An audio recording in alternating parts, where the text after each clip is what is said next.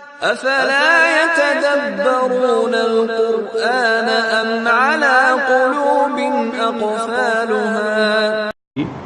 تو یہودی بیان کرتے تھے کہ کس طرح اللہ تعالیٰ نے حضرت موسیٰ کو فرعون پر غلبہ دیا بے سر و سامانی کے ساتھ، کس طرح اللہ کی خاص مدد ہوئی اور کس طرح فرعون مغلوب ہوا اور حضرت موسیٰ کو اللہ تعالیٰ نے غلبہ عطا کیا.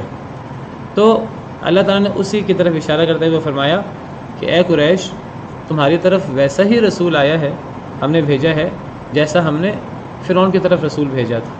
اس میں اشارہ ہے، اگلی آیت میں ہے فَعَصَىٰ فِرْعَوْنُ الرَّسُولَ، بس نافرمانی کی فرعون نے اس رسول کی، یعنی حضرت موسیٰ کی، اور جو ہم نے فرعون کی طرف بھیجا تھا فرعون نے اس رسول کی نافرمانی کی. فَأَخَذْنَاهُ أَخْذًا وَبِيلًا، بس پکڑ لیا ہم نے اس کو ایسی پکڑ وبیلا جو بہت بڑے وبال والی تھی، جو بڑی سخت قسم کی پکڑ تھی.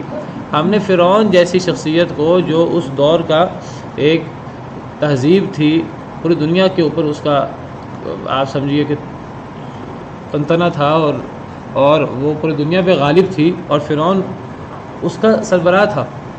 وہ کہا کرتا تھا، اللہ نے سورہ زخرف میں ذکر کیا ہے، وہ کہتا تھا موسیٰ کی میرے سامنے کیا حیثیت ہے.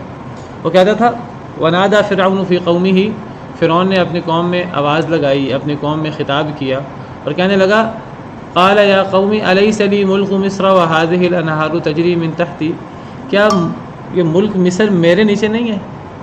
کیا میرے ہاتھ میں مصر کی بادشاہی شاہت نہیں ہے؟ مصر جو اس وقت دنیا کا سب سے بڑی تہذیب ہے، سب سے ترقی یافتہ ملک ہے، کیا یہ میں اس کا بادشاہ نہیں ہوں؟ أَلَيْسَ لِي مُلْكُ مِصْرَ، کیا مصر کی بادشاہت میرے ہاتھ میں نہیں ہے؟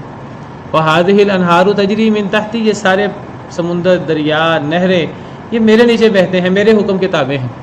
أَفَلَا تُبْصِرُونَ، کیا تمہیں سمجھ نہیں آتی، کیا تم دیکھتے نہیں؟ أَمْ أَنَا خَيْرٌ مِّنْ هَٰذَا الَّذِي هُوَ مَهِينٌ وَلَا يَكَادُ يُبِينُ، میں بہتر ہوں یا یہ بہتر ہے جو ذلیل ہے، نعوذ باللہ، بقول فرعون کے والعیاذ باللہ. وَلَا يَكَادُ يُبِينُ، اور وہ تو اپنی بات بھی واضح نہیں کر سکتا، اس کی زبان بھی صاف نہیں ہے.